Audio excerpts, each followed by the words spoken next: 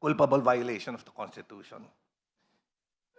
In the context of the Philippine Constitution and then the ongoing 2026 impeachment proceedings, this proceeding, culpable violation of the Constitution is a high legal bar. It is not just about breaking the law, it is about a specific guilty breach of the fundamental law of the land. Kung ang pagbabasihan natin, yung mga pinakitang video, I don't think we will see any fundamental breach. The key word here is culpable, which implies a degree of perversity or guilt to commit this offense. The official must have acted with a deliberate intent to disregard the Constitution, which I believe is non-existing. Kung dadako naman tayo sa sedition at sasabihin natin, hindi, seditious yung mga ginawa, kahit na nakita naman natin na hindi. Ang mahalagang tanong sa batas ay hindi lang kung nagpunta sa rally, nanood, o may nasabi ang isang opisyal.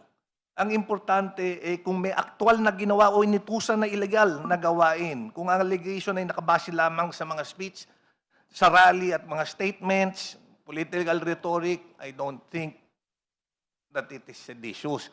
Alam ng mga kaibigan natin sa Makabayan yan, madalas silang discovered by their freedom of speech and is not seditious. Thank you very much, Madam Chair. Thank you. At this point, we recognize the Honorable Rodriguez. We thank the Honorable Brian Poe because it's clearer now, based on the footage, that the Vice President did not in any way call to arms our people to rise against the government. On the contrary, love our country. Because sedition, Madam Chair, as stated here under this particular ground that the Vice President committed sedition.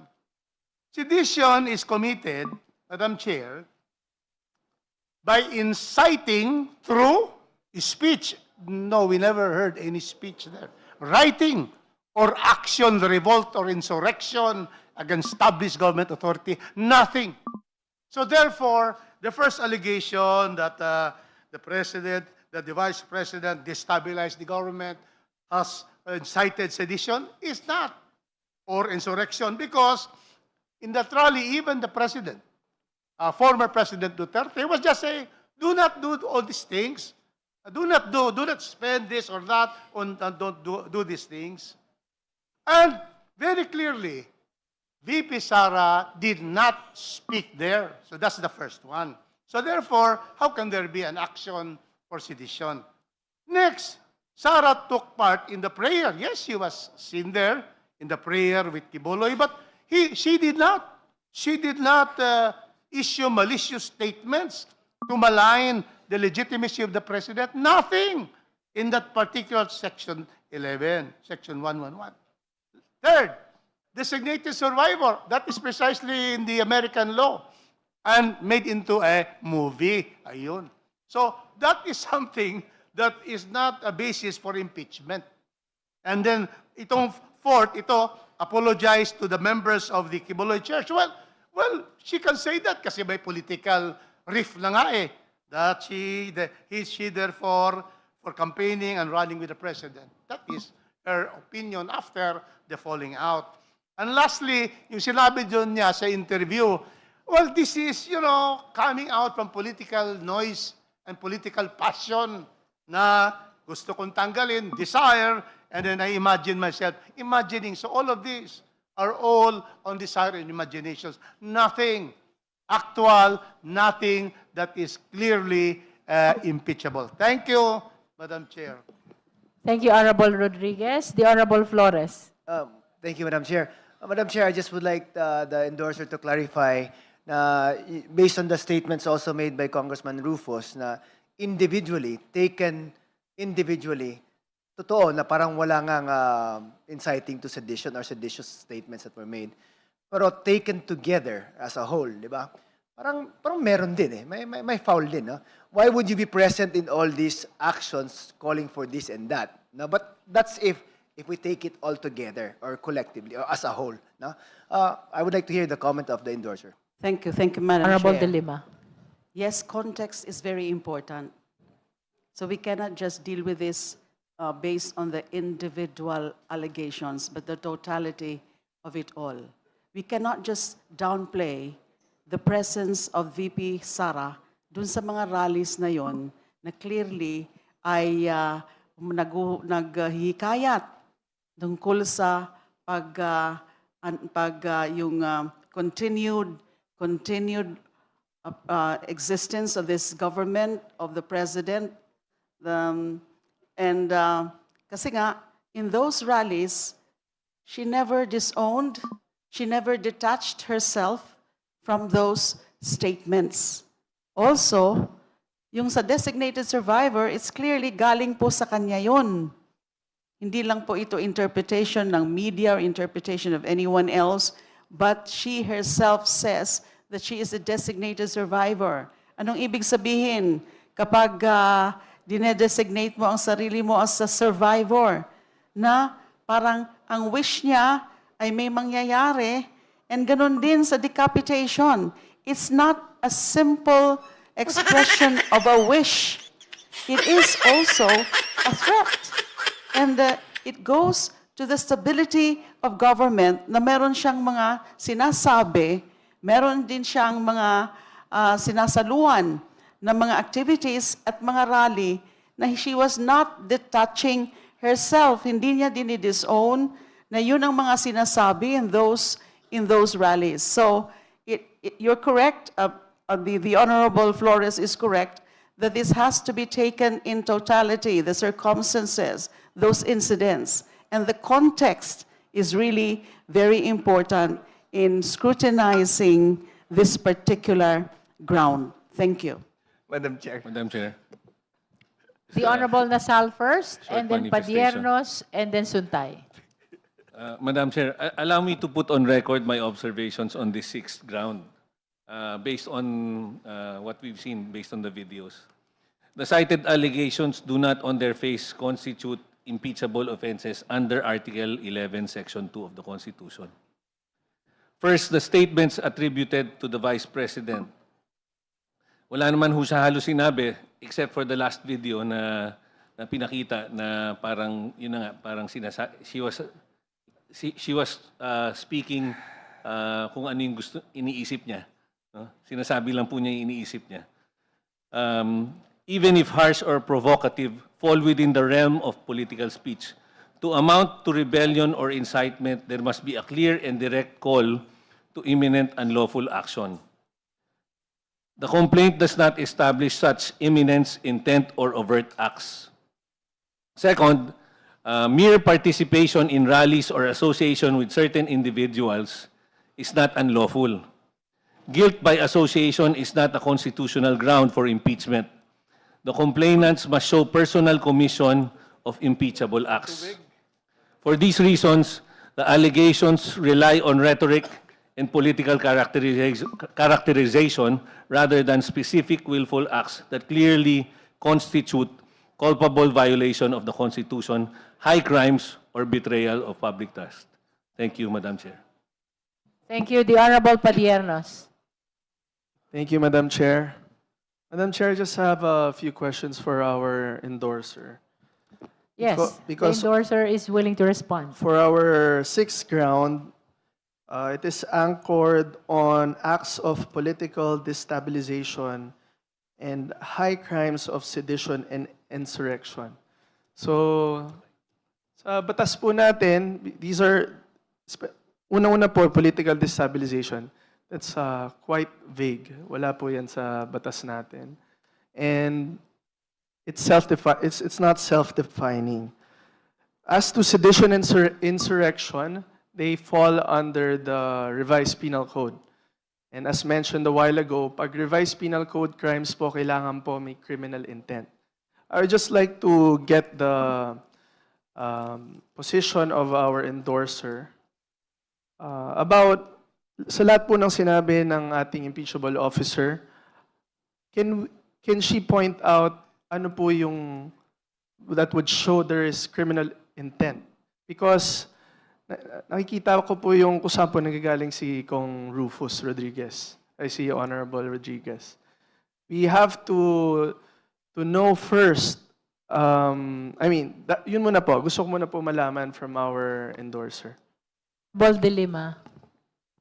Unang-una po, kagaya po ng sinabi ko kanina, nandun siya sa rally na yon na hinikayat ng dating Pangulo yung pag-withdraw ng military ng support sa administrasyong ito. Hindi niya yon tinanggi, hindi niya dinisown. Ang tawag po dyan is adoptive admission. Now, these statements are aimed at destabilization. When you call for a withdrawal of support, especially from the military, and she is the vice president, hindi po pwedeng sasabihin na hindi ako mismo yung nagsabi noon. She was present there. She did not detach herself from it. She did not disown it. She did not do or say anything about it. She is the vice president. Destabilization po ito. And then coupled with yung iba pang na mga actuations niya, yung pagde-designate designated survivor. And then yung threaten, yung wish expression, a clear and blatant expression of a wish to decapitate the president. Doesn't those circumstances aimed at destabilizing the administration, and therefore it is an assault on the constitutional order? The intent is there when you threaten to decapitate, when you say that you are the designated survivor. And therefore, pwede nating itugma-tugma yung mga ganyang actuations at pananalita ng ni VP Sara, dun sa attempt or the fact of destabilization, attempting, inciting to sedition, yung ini-interrupt yung orderly workings of government, dun sa mga ganong irresponsible na pananalita, yung ganong active presence in rallies, in activities that show, that manifest those destabilization attempt. So yun po ang aking posisyon. Meron po siya na mga circumstances, acts, and language to say or to prove that she aims to destabilize this government. Honorable Padiernos. So, Madam Chair, it would appear that the endorsers mainly anchoring the supposed statements sa destabilization and not the sedition and insurrection. Kasi very strict po yan. Clear po yan sa ating revised penal code and under our jurisprudence, yung mga elements po ng mga crime na yun. But nevertheless, I would just like to make Madam Chair, just to Let us wait until thank you. Kong Padiernos is finished with his manifestation. I would just like to make a manifestation, quick manifestation as to ground 6. So, in determining if the ground 6 should be, it constitutes an impeachable offense, the committee must test sedition and insurrection against statutory elements. The sufficiency inquiry is whether the complaint pleads specific acts beyond generalized political statements that satisfy those elements and are attributable to the respondent. So, I would just like to tell our committee members in deciding whether this ground should be constituting an impeachable offense.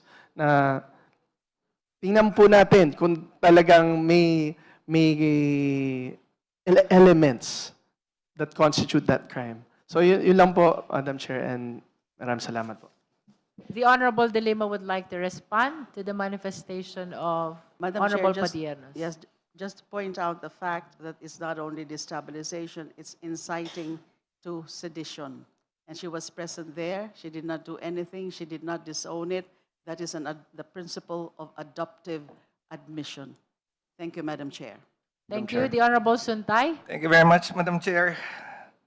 Whether individually or collectively, looking at all the videos shown, there can be nothing seditious that can be attributed to the Vice President.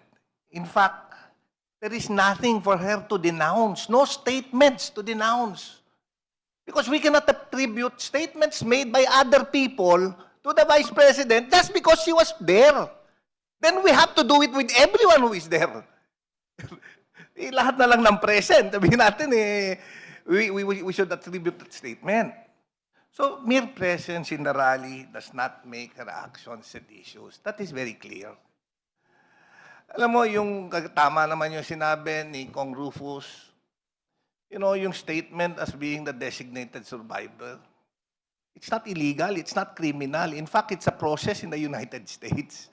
Mere utterance na I'm designating myself. In fact, hindi nga pwede yun eh. Can you designate yourself without a process? Sinabi lang niya yun. Siguro magpapatawa lang siya. And lastly, alam mo minsan, nasa Shangri-La ako, nakita ko si Ann Curtis. Ang ganda-ganda pala niya. May desire sa loob ko na nag-init talaga. At na-imagine ko na lang kung anong pwedeng mangyari. Pero siyempre, hanggang imagination na lang yon. Pero, di naman siguro ako pwedeng kasuhan dahil kung ano-ano yung na-imagine ko eh. Thank you very much, Madam Chair.